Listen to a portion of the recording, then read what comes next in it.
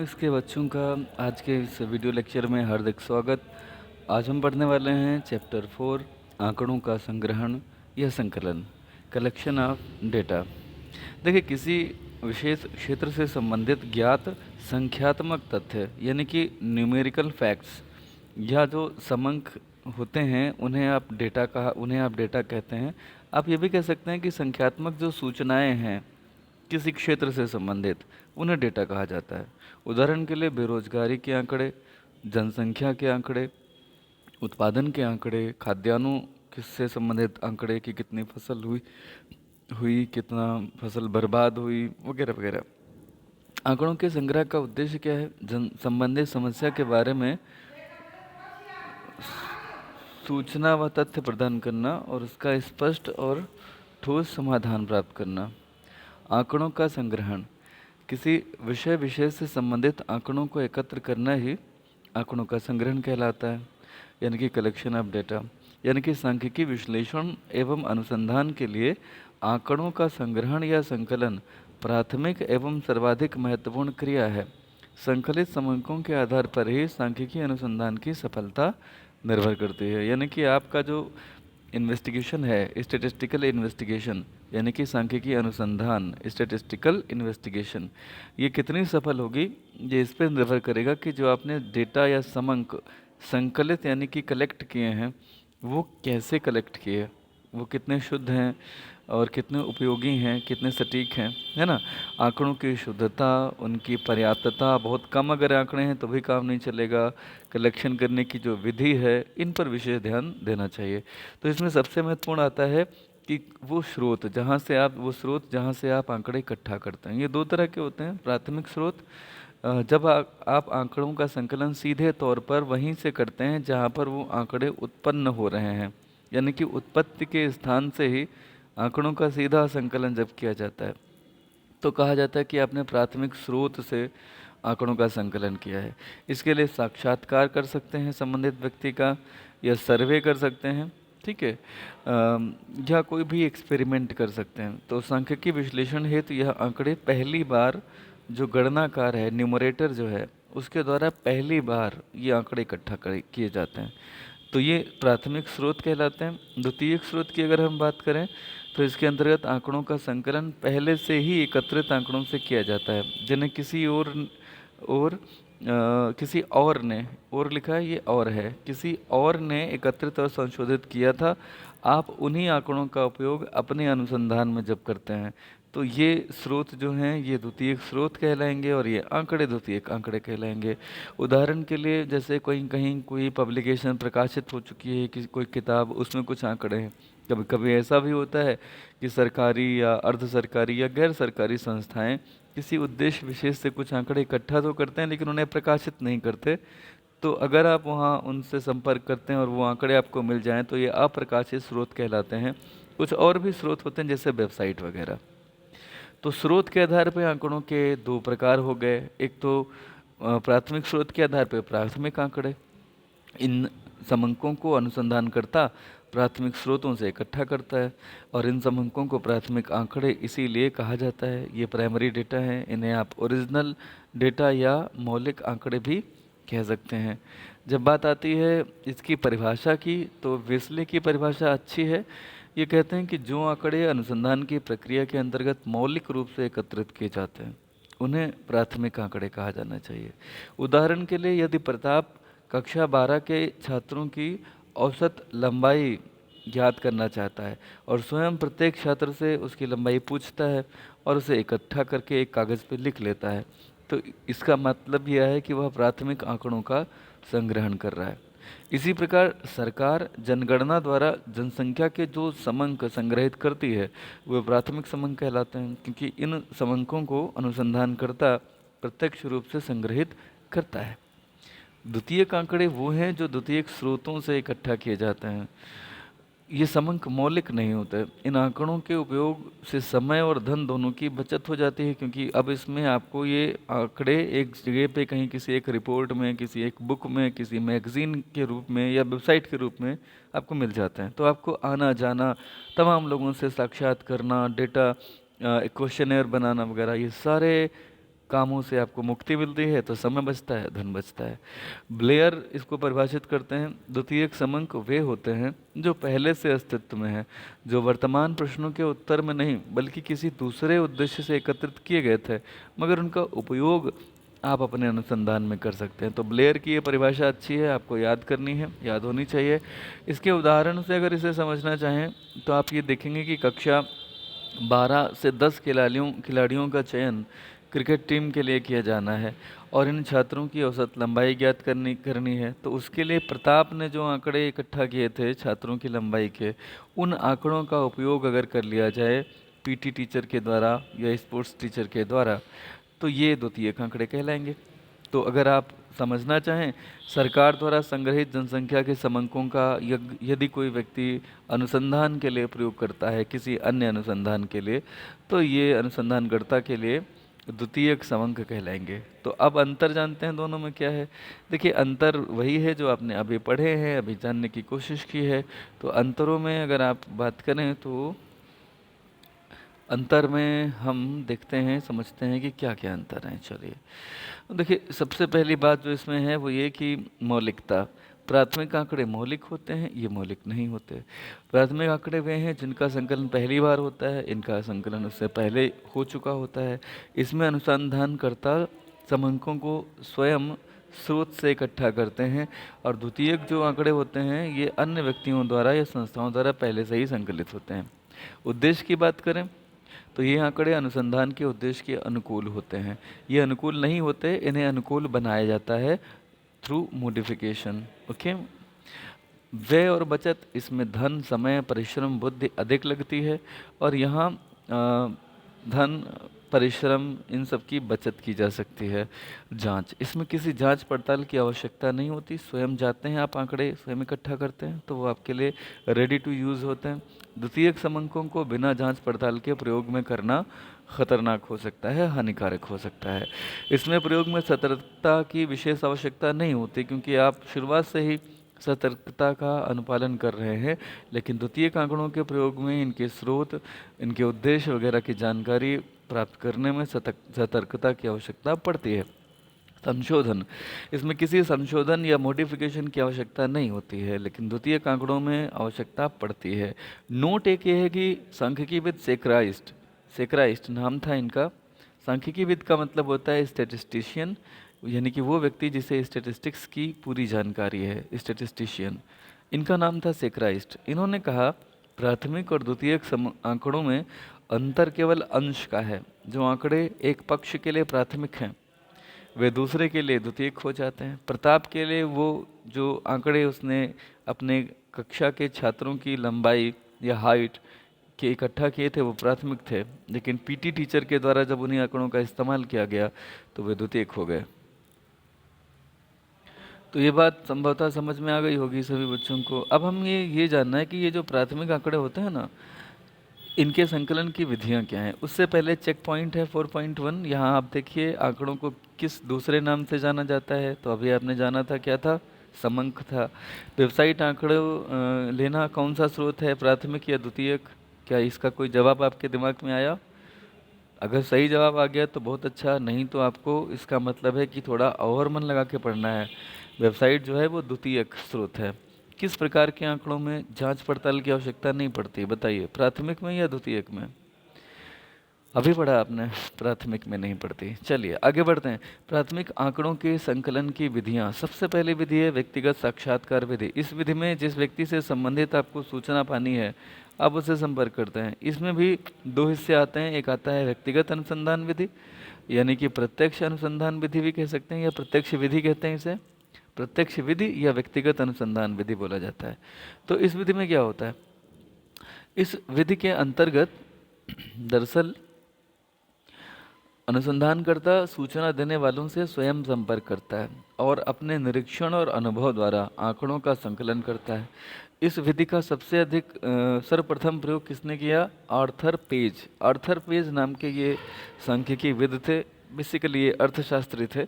इन्होंने अर्थशास्त्री यानी इकोनॉमिस्ट, तो इन्होंने आर्थर पेज, क्या नाम है, आर्थर पेज, तो इन्होंने सबसे पहले साक्षात्कार विधि का उपयोग किया। गुणों की अगर हम बात करें इस विधि के, तो एक ही व्यक्ति द्वारा एकत्रित किए जाने के कारण समंकों में एक रूपता पाई जाती है।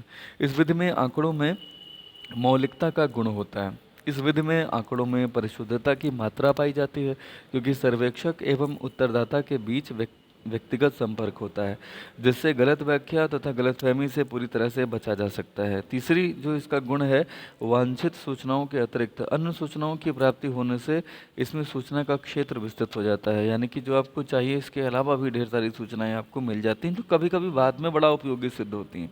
दोष अगर देखें तो सांख्यिकीय अनुसंधान का अगर क्षेत्र विस्तृत है तो यह विधि पूर्णतया उपयुक्त नहीं है, क्योंकि उसमें बहुत समय और धन और परिश्रम का अपव्यय हो जाएगा। तो बड़े क्षेत्रों के लिए यह अनुपयुक्त विधि है, काफ़ी खर्चीली है, क्योंकि इसमें प्रशिक्षित साक्षात्कारकर्ताओं की आवश्यकता पड़ती है, और ऐसी स्थिति में सर्वेक्षण पूरा होने में बहुत समय लगता है। कभी कभी सर्वेक्षक की उपस्थिति के कारण उत्तरदाता सही जानकारी नहीं दे पाते, क्योंकि वो घबरा जाते हैं या डर जाते हैं। तीसरा जो इसमें दोष है वो है व्यक्तिगत अनुसंधान के कारण कभी कभी पक्षपात की संभावना रहती है। जो व्यक्ति जाता है, कोई भी मनुष्य संपूर्ण रूप से पक्षपात रहित नहीं है, या वह पूर्वाग्रहों से भी रहित नहीं हो पाता। पक्षपात का मतलब होता है आप हमेशा किसी न किसी एक साइड में होते हैं। कोई भी व्यक्ति पूर्ण तटस्थ नहीं है, वो किसी ना किसी तटस्थ मतलब वो किसी साइड में ना हो, पक्षपात रहित हो, तो ऐसा होता नहीं है। जैसे उदाहरण के लिए सरकारें मुख्य रूप से एक तो यूपीए है, यानी कि यूनाइटेड प्रोग्रेसिव अलायंस, और दूसरा एनडीए है, national democratic alliance. NDA Narendra Modi lead government है, बीजेपी और अन्य पार्टी इसमें है। यूपीए में कांग्रेस वगैरह और अन्य दल, उनके सहयोगी दल हैं, जुड़े हुए हैं। अब आप देखिए, एनडीए या यूपीए में से किसी की तरफ आपका बिल्कुल भी कोई झुकाव ना हो, इट्स जस्ट लाइक इम्पॉसिबल। अभी आप बच्चे हो, अभी आपने चूंकि वोट नहीं दिया है किसी को, इसलिए अभी आप ये बात शायद ना समझें उतना। लेकिन अगर आप अपने पापा या मम्मी या किसी को भी देखेंगे तो आप पाएंगे या तो वो प्रो कांग्रेस होंगे या वो प्रो बीजेपी होंगे। ठीक, पूर्ण रूप से तटस्थता मनुष्य के लिए एक असंभव टास्क जैसा है।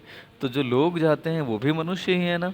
तो जब वो आंकड़े इकट्ठा कर रहे होते हैं तो बहुत बार स्वयं के पक्षपात या स्वयं के पूर्वाग्रहों से, पूर्वाग्रह का मतलब क्या होता है, जैसे बचपन में अगर कभी किसी आपको बता दिया गया हो कि ये साधु है और ये बच्चों को पकड़ ले जाता है, तो दाढ़ी वाला कोई भी ऐसा व्यक्ति जो थोड़ा सा ऐसे कपड़े पहने हैं, जो कुर्ता या धोती इस टाइप का है, बड़ी बड़ी दाढ़ी है और माथे पे तिलक उलक लगाए है, काले कपड़े पहन के अगर कोई आया है, तो बच्चे जनरली उसे देख के डर जाते हैं। अब उनके दिमाग में क्या है, वो पूर्वाग्रह भर गया कि इस तरह के गेटअप वाले जो लोग हैं, ठीक है, ये बच्चों को उठा ले जाते हैं, किडनैप कर ले जाते हैं, गायब हो जाते हैं।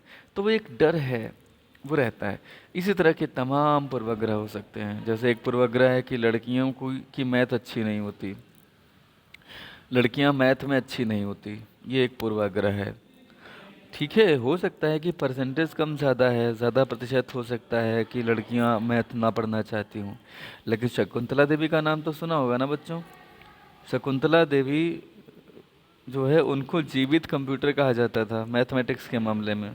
अब शकुंतला देवी तो एक लड़की ही थी, महिला ही थी ना। तो वो इतनी अच्छी गणितज्ञ थी कि मतलब जितनी देर में कंप्यूटर कैलकुलेशन करता है उतनी देर में वो जो है कैलकुलेशन करके सही जवाब दे देती थी। तो पूर्वाग्रहों से मुक्त होना चाहिए, लेकिन होता कोई नहीं है। तो जो लोग जाते हैं बहुत बार डेटा इकट्ठा करने के लिए, वह भी पूर्वाग्रहों से मुक्त नहीं हो पाते, और उसका प्रभाव उन आंकड़ों पर पड़ता है जो वो इकट्ठा कर रहे होते हैं।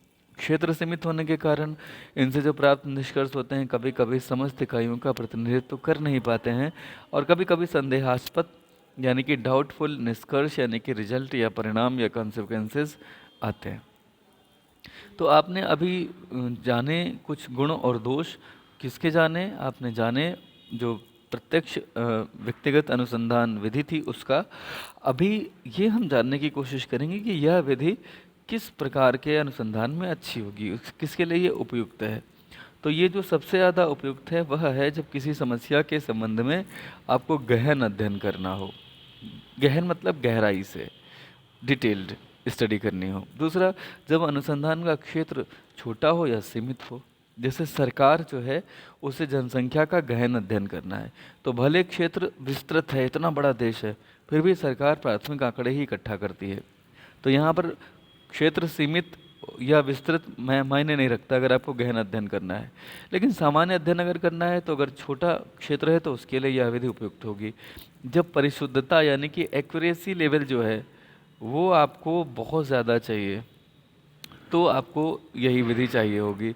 जब आंकड़ों की मौलिकता पर बहुत अधिक जोर देना है तो भी आपको यही विधि अपनानी होगी। लेकिन इस विधि को अपनाते समय आपको कुछ सावधानियां रखने की आवश्यकता होंगी पड़ेगी। और वो सावधानियां कौन कौन सी हैं? वो सावधानियां हैं, पहले प्रश्नों के चयन में स्पष्टता और सरलता रहे, यानी कि जो सवाल आप साक्षात्कार के समय करने वाले हैं वो स्पष्ट हों और सरल हों। अनुसंधानकर्ता को धैर्यवान, कुशल और परिश्रमी होना चाहिए। यानी कि आप किसी के पास इंटरव्यू लेने गए हैं, अगर उसने कुछ इंतज़ार करने के लिए कहा, आपका धैर्यपात हो गया तो आप वहाँ से चले आए तो आपका डेटा आपको नहीं मिलेगा। आपको धैर्य तो है लेकिन आप वहाँ पे गए और आप अच्छे से उसे डील नहीं कर पाए। दूसरा, ये पेनफुल है, इसमें बहुत ज़्यादा परिश्रम लगता है। ओके। तीसरी बात, अनुसंधानकर्ता को सूचना देने वाले की भाषा, रीति रिवाज, रहन सहन से परिचित होना चाहिए। ठीक है। राजस्थान में जाएंगे तो खम्मा घड़ी बोलेंगे, किसी सिख परिवार में चले गए तो सत श्री अकाल बोलेंगे। अगर आप सत श्री अकाल नहीं बोलेंगे तो थोड़ा सा अच्छा नहीं लगेगा। अगर आप किसी मुस्लिम परिवार में चले जाएंगे तो अस्सलाम वालेकुम बोलेंगे, आपको वालेकुम अस्सलाम बोलना होता है। नहीं बोलेंगे तो ऐसा नहीं कि वो मना कर देंगे, लेकिन कहीं ना कहीं उन्हें लगेगा कि ये कोई आउटसाइडर है, बाहर का व्यक्ति, शायद वो उतना खुल के सही सही सूचना न दे सके। तो आपको वहाँ की भाषा, रीति रिवाज, रहन सहन, इससे परिचित होना चाहिए और ट्रेंड होके जाना चाहिए। चौथी बात, अनुसंधानकर्ता का व्यवहार कोऑपरेटिव, सहयोगात्मक होना चाहिए, जिससे वह सूचकों का विश्वास और सहयोग दोनों प्राप्त कर सके। तो दूसरी विधि, अनुसंधान में साक्षात्कार विधि के अंतर्गत दूसरी जो विधि आती है वह है मौखिक अनुसंधान। चलिए जानते हैं इसमें क्या होता है। देखिए, मैं आपको बता दूं, जब सूचना जिस व्यक्ति से संबंधित है, ठीक ठीक उसी व्यक्ति से संपर्क ना करके आप संपर्क उस व्यक्ति से करते हैं जिसे उस व्यक्ति के बारे में सूचना पूरी प्राप्त है। ऐसे व्यक्ति को साक्षी कहा जाता है। साक्षी मतलब गवाह।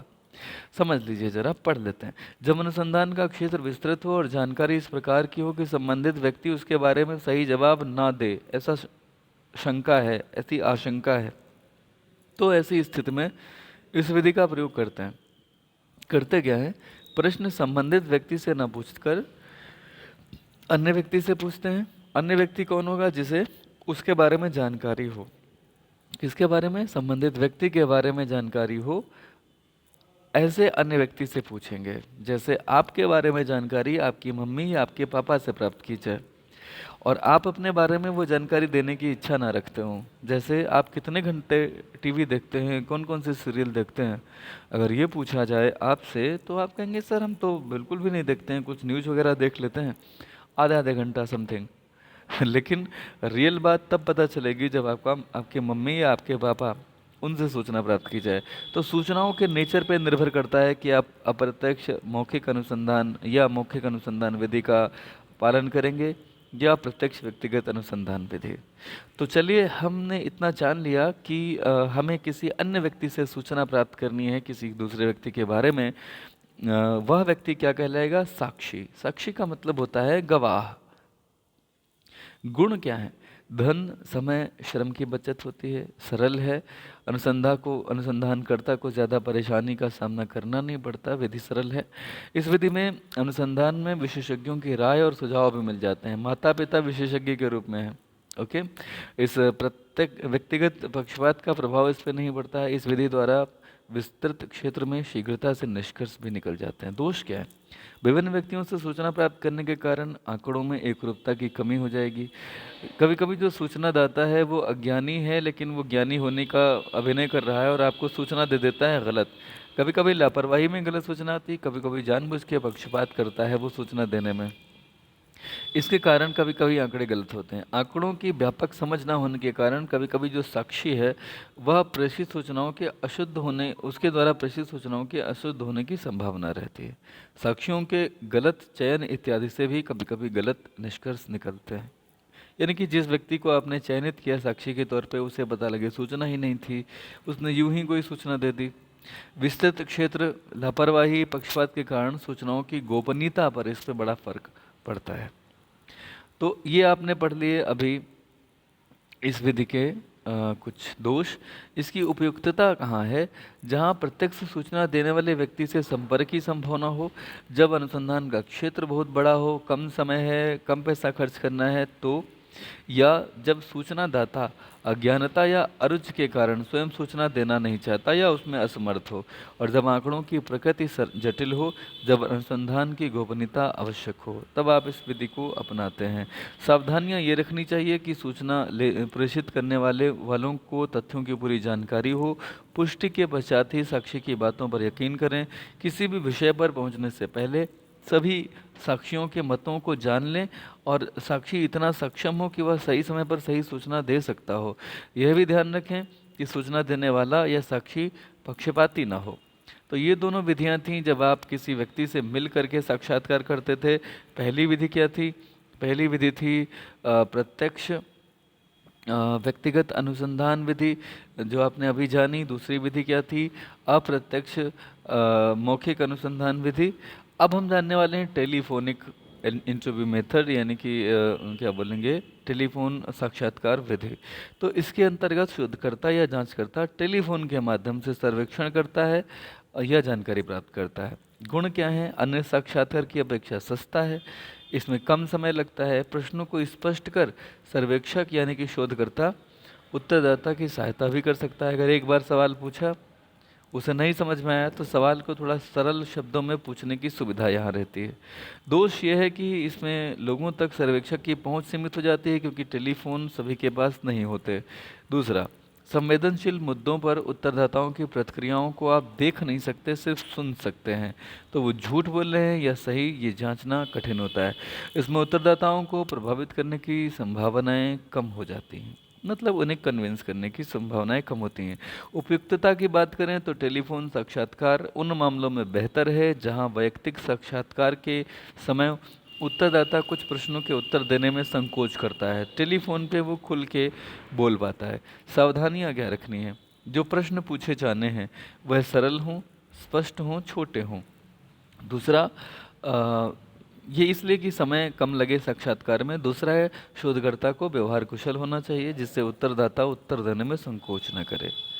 तो ये विधि के बाद एक और विधि आती है, सूचकों द्वारा प्रश्नावलियां भरवाने की विधि। ये सूचक इनके द्वारा सूचक यानी कि जिनसे संबंधित सूचना है वह व्यक्ति, प्रश्नावलियां यानी कि एक ऐसा फॉर्म या एक प्रपत्र जो अनुसंधान से संबंधित विस्तृत जानकारी प्राप्त करने के लिए कुछ प्रश्नों को अपने में शामिल करता है, और वह एक क्रम के अनुसार, प्राथमिकता के अनुसार होता है।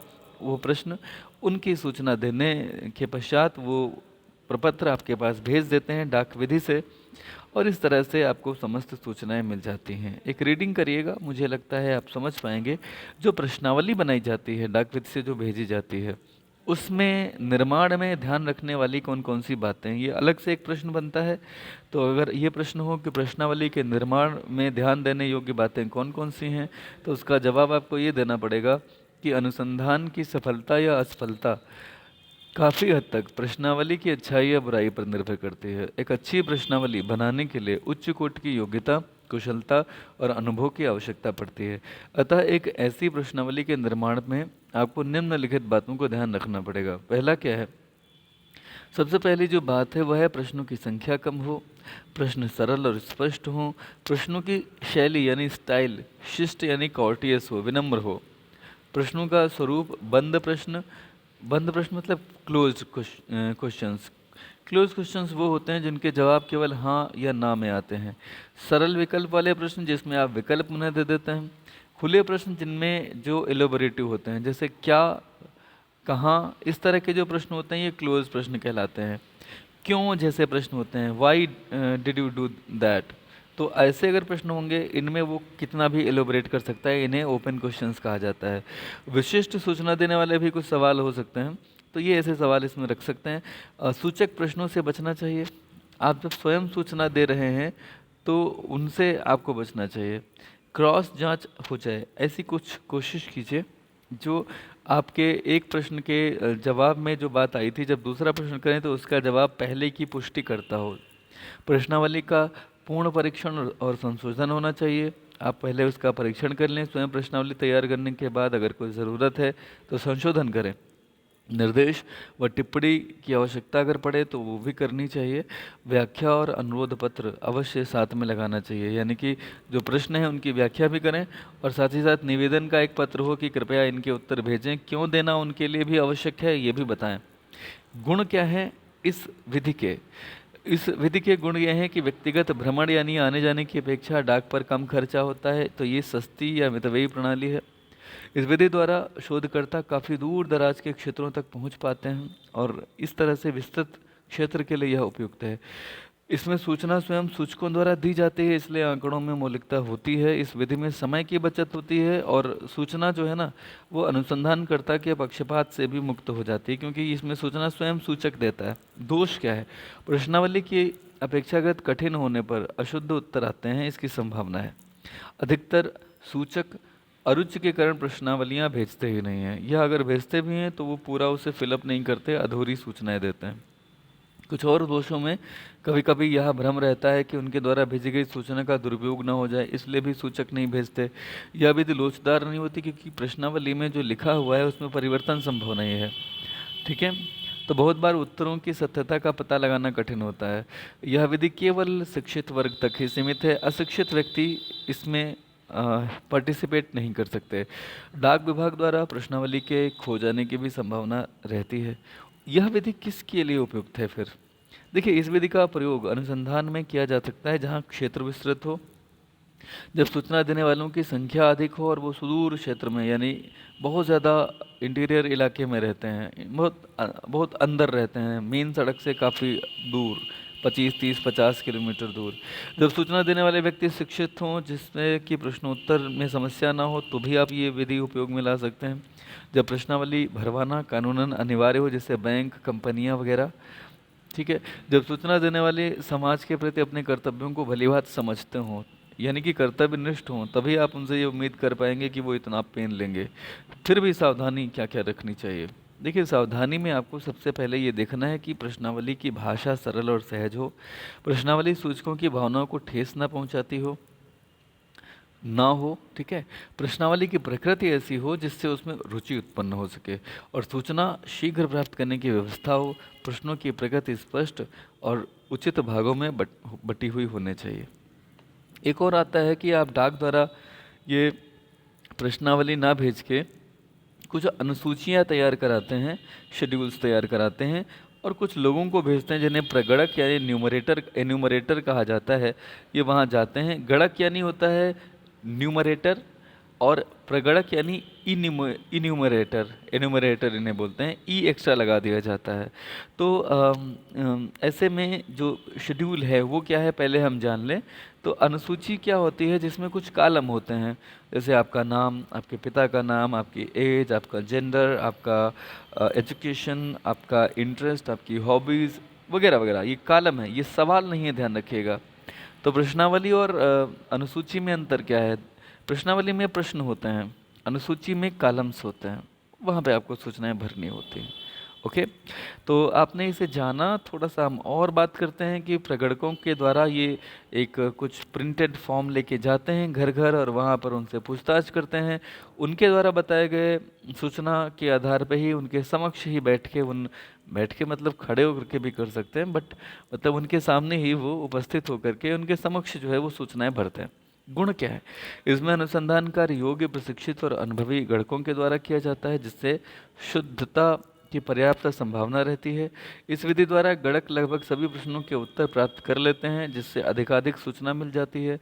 प्रशिक्षित गणकों के द्वारा स्वयं घरों पर जाकर सूचकों में से प्रश्न के उत्तर प्राप्त करने से आंकड़ा शुद्ध रहता है, ऐसी संभावना है। इस विधि में जटिल प्रश्नों के उत्तर भी सरलता से प्राप्त हो सकते हैं। अशिक्षित वर्ग के लिए यह विधि उपयुक्त होती है, क्योंकि वो लोग स्वयं सूचनाएं नहीं दे सकते हैं, तो आप वहाँ जा कर के स्वयं उनसे बोल करके सूचनाएं ले लेते हैं और अपने फॉर्म में उन्हें फिलअप कर लेते हैं। ठीक है, दोष क्या है इस विधि के? इस विधि का दोष यह है कि ये बहुत खर्चीली है और इसीलिए सामान्य वर्ग की पहुंच से दूर है। सामान्य वर्ग मीन्स ऐसे अनुसंधानकर्ता जो जिनके पास बजट कम है, उनके लिए ये विधि अधिक खर्चीली होने के कारण उनकी पहुंच से दूर है, वो अफोर्ड नहीं कर सकते। सरकार कर लेती है ये विधि, जैसे जनगणना जो होती है वो इसी विधि से होती है, एन्यूमरेटर्स को भेज करके जनसंख्या से संबंधित सूचनाएं प्राप्त करी जाती हैं। तो इस विधि द्वारा अनुसंधान करने में समय बहुत लगता है। जनगणना पता है आपको 1 से 1.5 साल तक चलती है, कभी कभी ज़्यादा समय लगता है। इसमें प्रगणकों के प्रशिक्षण और निरीक्षण पर भी समय लगता है। जो टीचर्स होते हैं उन्हें शिक्षित किया जाता है कि कैसे जाओगे, क्या बात करोगे, वगैरह वगैरह। ओके। प्रगणकों में पक्षपात की भावना होने से कभी कभी डेटा की अविश्वसनीय होने की संभावना रहती है। कभी कभी आलसी जो प्रगणक हैं वो जाते नहीं हैं, घर बैठे बैठे प्रश्नावलियाँ गलत भर लेते हैं, तो ये गलत है। तो इस तरह से परिणाम भी गलत हो जाते हैं। उपयुक्त कहाँ होगी? यह विधि वहाँ अधिक उपयुक्त है जहाँ अनुसंधानकर्ता अधिक व्यय वहन कर सकता है, यानी उसकी एक्सपेंडिचर अफोर्डेबिलिटी अच्छी खासी है। सूचना देने वालों की संख्या अधिक है और वो दूर दूर तक फैले हैं। सूचना देने वाले व्यक्ति शिक्षित हैं और वे समाज के प्रति अपने कर्तव्य को भली बात समझते हैं। अनुसंधान का क्षेत्र बड़ा है, वहाँ पे ये उपयुक्त है। सावधानियाँ यही इसमें अपनानी होंगी कि प्रश्नों की प्रकृति सरल रखी जाए, स्पष्ट रखी जाए, प्रश्न छोटे हों, प्रगणकों को उचित और पर्याप्त प्रशिक्षण मिलना चाहिए, प्रगणकों को परिश्रमी और व्यवहार कुशल होना चाहिए, प्रश्नावलियों के प्रश्नों की प्रकृति ऐसी हो कि उत्तर हाँ या ना में आ जाएं, सूचकों की भाषा, रीति रिवाज और स्वभाव से गणकों को बहुत अच्छे से परिचित होना चाहिए। आइए जानते हैं प्रश्नावली और अनुसूची में अंतर क्या है। ये बहुत अच्छा प्रश्न है। प्रश्नावली में सूचनाएं सूचकों द्वारा भरी जाती हैं, यहाँ अनुसूची में सूचनाएं प्रगणकों के द्वारा। सूचक वो व्यक्ति जिससे संबंधित सूचना है, ठीक है, और प्रगणक वह व्यक्ति है जो गया है और वो पूछता है सूचनाएं और अपने पास जो उसके पास एक फॉर्म है उसमें वो सूचना भर लेता है। इसी फॉर्म को अनुसूची कहा जाता है। प्रश्नावली में क्रमवार प्रश्न पूछे जाते हैं। इसके उत्तर लिखने के लिए रिक्त स्थान छोड़ दिया जाता है। अनुसूची में प्रत्येक प्रश्न के बाद इसके उत्तर हाँ या नहीं के लिए समुचित रिक्त स्थान छोड़ दिया जाता है। प्रश्नावली की भाषा प्रश्नात्मक होती है। अनुसूची सामान्य भाषा में होती है, वहाँ प्रश्नात्मक होना जरूरी नहीं है। जैसे आपके पिता का नाम ये लिखा है, उसके आगे आपको अपने पिता का नाम लिखना है। यहाँ होगा कि आपके पिता का क्या नाम है, समझ गया ना? तो ये प्रश्नात्मक भाषा हो गई और ये सामान्य भाषा हो गई। प्रश्नावली को प्रायः डाक द्वारा सूचकों के पास भेजा जाता है, ये प्रगणक स्वयं ले जाते हैं। प्रश्नावलियों में टिप्पणियां देना, साथ में अनुरोध पत्र भेजना होता है। इसमें न तो टिप्पणी की आवश्यकता है न अनुरोध पत्र की, क्योंकि आप स्वयं वहाँ उपस्थित होते हैं। ओके। इसके अलावा जो एक अगला आता है विधि सूचना प्राथमिक डेटा इकट्ठा करने की, वह है संवाददाता द्वारा सूचनाएं। न्यूज़ चैनल पे आप देखते हैं ना कि हमारे संवाददाता फला जगह से हमें लाइव सूचना दे रहे हैं, तो यही संवाददाता ये न्यूज़पेपर्स में होते हैं या टीवी चैनल्स में होते हैं। ऐसे लोगों को आप एजेंट भी कहते हैं, करस्पॉन्डेंट्स भी कहते हैं। इनसे ये विधि वहाँ, चलिए खैर, इनसे सूचनाएँ आप नियमित रूप से प्राप्त करते रहते हैं। इसमें गुणों की अगर हम बात करें तो प्राथमिक आंकड़ों के संकलन की काफ़ी विधि सरल और सस्ती है। विस्तृत क्षेत्र में यह प्रणाली उपयोगी होती है। धन समय श्रम के दृष्टिकोण से प्रणाली मितव्ययी है। यह प्रणाली विकेंद्रित क्षेत्र के लिए काफ़ी उपयोगी है। विकेंद्रित का मतलब है जहाँ पे सूचनाएं जो है वो किसी एक व्यक्ति के द्वारा इकट्ठा ना हो, एक ही पर निर्भर या केंद्रित ना हो। तो आप देखिए सूचनाएं जब हज़ारों संख्या में करस्पॉन्डेंट हैं तो कई लोगों पे निर्भर करता है, तो इसे विकेंद्रित क्षेत्र कहा जाएगा। इस विधि में परिणाम आसानी या शीघ्रता से प्राप्त हो जाते हैं। दोष क्या है? इसमें दोष है कि आंकड़ों का संग्रहण भिन्न भिन्न संवाददाताओं से विभिन्न विधियों द्वारा होता है, जिसमें कभी कभी इसी वजह से एक रूपता का अभाव पाया जाता है। अनुमान अधिक लगाए जाते हैं, इसलिए आंकड़ों की शुद्धता पर भी सवाल उठते हैं, मौलिकता पर भी प्रश्न उठना बनता है। इस विधि द्वारा आंकड़ों के संकलन में प्रत्यक्ष संपर्क का अभाव पाया जाता है, इसलिए कभी कभी जो संवाददाता हैं उनके पक्षपात की भी संभावना रहती है। ये विधि उपयुक्त वहाँ है जहाँ उच्च स्तर की शुद्धता की आवश्यकता न हो, जहाँ सूचनाओं में केवल अनुमान और उसकी टेंडेंसी जानना पर्याप्त हो, जहाँ सूचनाओं का एकत्रीकरण नियमित रूप से होता हो, जैसे न्यूज़पेपर या टीवी न्यूज़ चैनल्स। ओके। सावधानियाँ क्या क्या रखनी चाहिए? संवाददाता इनकी नियुक्ति जब हो तो उनकी योग्यता और व्यक्तित्व का पूरा परीक्षण कर लें। संवाददाता अधिक आशावादी होना चाहिए, निराशावादी नहीं होना चाहिए। संवाददाताओं को पूर्वाग्रह और पक्षपातपूर्ण धारणाओं से मुक्त होना चाहिए। सामान्यतः एक क्षेत्र में एक से अधिक संवाददाताओं की नियुक्ति करनी चाहिए, जिससे कभी अगर एक व्यक्ति नहीं उपलब्ध है तो दूसरा सूचना दे सके, या दो लोगों से प्राप्त सूचनाओं को टैली करके आप अशुद्धियों की जांच कर पाएँ और पुष्टि कर सकें सूचना की। संवाददाता अनुसंधान के अनुसार सूचना देने के योग्य और रुचिपूर्वक कार्य करने वाले होने चाहिए। ठीक है, तो अभी तक आपने जितनी विधियां जानी, उसमें कौन सी विधि प्राथमिक आंकड़ों के संकलन के लिए उपयुक्त है? जब इसकी बात करें तो ये कई चीज़ों पर निर्भर करता है। जैसे आपके पास वित्तीय साधनों की उपलब्धता का स्तर क्या है। अगर आपके पास पर्याप्त मात्रा में धन है तो आप व्यक्तिगत साक्षात्कार अपना सकते हैं, या एनुमरेटर द्वारा स्वयं जाकर के डेटा इकट्ठा कर लेते हैं, क्योंकि इसमें शुद्धता जो है काफ़ी ज़्यादा रहती है और परिणाम काफ़ी प्रामाणिक होते हैं। अनुसंधान का क्षेत्र अगर छोटा है तो आप जो मैंने अभी कहा कि प्रत्यक्ष व्यक्तिगत अनुसंधान, या जो अभी आपने जाना था ना एन्यूमरेटर को भेज करके। लेकिन अगर अनुसंधान का क्षेत्र बड़ा है तो बाकी की जो विधियां हैं, जैसे कि टेलीफोन के जरिए साक्षात्कार, या प्रश्नावलियां भेज करके डाक के द्वारा साक्षात्कार वगैरह। अनुसंधान की प्रकृति क्या है, ये प्रकृति क्या है, इसको जरा सा ध्यान से समझिएगा। देखिए, अगर प्रकृति ऐसी है अनुसंधान की कि सूचना देने वालों से प्रत्यक्ष संपर्क करना आवश्यक है, तो वहाँ पर प्रत्यक्ष व्यक्तिगत अनुसंधान की रीति अपनाएंगे, रीति यानी मेथड। ठीक है, अगर किसी अन्य व्यक्ति से सूचना प्राप्त कर सकते हैं तो अप्रत्यक्ष मौखिक अनुसंधान प्राप्त करेंगे। अगर अनुसंधान की प्रकृति ऐसी है कि लोग शिक्षित हैं तो आप वहाँ डाक से जो है प्रश्नावली भेज सकते हैं। लेकिन अगर लोग अशिक्षित हैं तो आपको एन्यूमरेटर के माध्यम से सूचना प्राप्त करनी पड़ेगी। तो अनुसंधान की प्रकृति मायने रखेगी कि कौन सी विधि आपके लिए उपयुक्त है। समय अगर कम है तो डाक के द्वारा प्रश्नावली भेजना, टेलीफोनिक इंटरव्यू वगैरह। समय अगर पर्याप्त है तो दूसरी जो बची हुई विधियां हैं वो अपनाई जा सकती हैं। शुद्धता का अगर स्तर आपको बेहतर करना है तो आपको एन्यूमरेटर के द्वारा सूचनाएं भरवानी चाहिए या साक्षात्कार विधि लेनी चाहिए। प्रायोगिक सर्वेक्षण जान लीजिए क्या होता है। सर्वेक्षण व्यक्तियों से सूचना एकत्र करने की विधि है। जब सर्वेक्षण है तो प्रश्नावली तैयार हो जाती है, तो पहले किसी छोटे समूह का सर्वेक्षण करके देख लेना चाहिए कि आपका सर्वेक्षण सफल हो रहा है या नहीं। इसे प्रायोगिक सर्वेक्षण कहा जाता है। ठीक है, जैसे कोई सरकार जब कोई स्कीम लाना चाहती है तो सबसे पहले वो कुछ जिलों में उसका ट्रायल करती है, उसे पायलट स्कीम कहा जाता है। ठीक है, वो प्रायोगिक सर्वेक्षण कर रही होती है कि ये स्कीम सफल होगी कि नहीं होगी। ठीक, तो जो ये सर्वेक्षण होता है यह प्रारंभिक अनुमान लगाने में सहायक होता है। यह प्रश्नावली के पूर्व परीक्षण में सहायक होता है, जिससे प्रश्नों की कमियां त्रुटियों का पता किया जा सकता है। साथ ही प्रायोगिक सर्वेक्षण प्रश्नों की उपयुक्तता, सर्वेक्षण की कार्यदक्षता, निर्देशों की स्पष्टता और समय का अनुमान लगाने आदि में भी सहायता प्रदान करता है। ओके, तो ये आपने जान लिया। ये पॉइंट नंबर 4.2 है, जिसे आप चेक करिए खुद को कि आपने अभी तक जो सीखा वो कितना सीखा। ठीक, इसके बाद जो हमारा अगला विषय आता है वो आता है द्वितीयक आंकड़ों के संकलन के स्रोत, जिसे हम अगले वीडियो में पढ़ेंगे। इस वीडियो को एंड तक देखने के लिए आपका बहुत बहुत आभार। जो भी आपके दोस्त परिचित हैं आप उन तक ये वीडियो पहुंचाएं, क्योंकि ज्ञान जो है, विद्या जो है, उसका दान सबसे बड़ा दान होता है। आप अगर इस दान में सहयोग करते हैं तो निश्चित रूप से कहीं ना कहीं ये आपके लिए और आपके उन मित्रों के लिए अच्छा होगा। सो बहुत बहुत धन्यवाद आप सभी का। देखते रहिए ये वीडियोस। कोई डाउट है तो कमेंट बॉक्स में अपना डाउट लिखें, या आप मेरे व्यक्तिगत नंबर पे भी संपर्क कर सकते हैं। Thank you so much.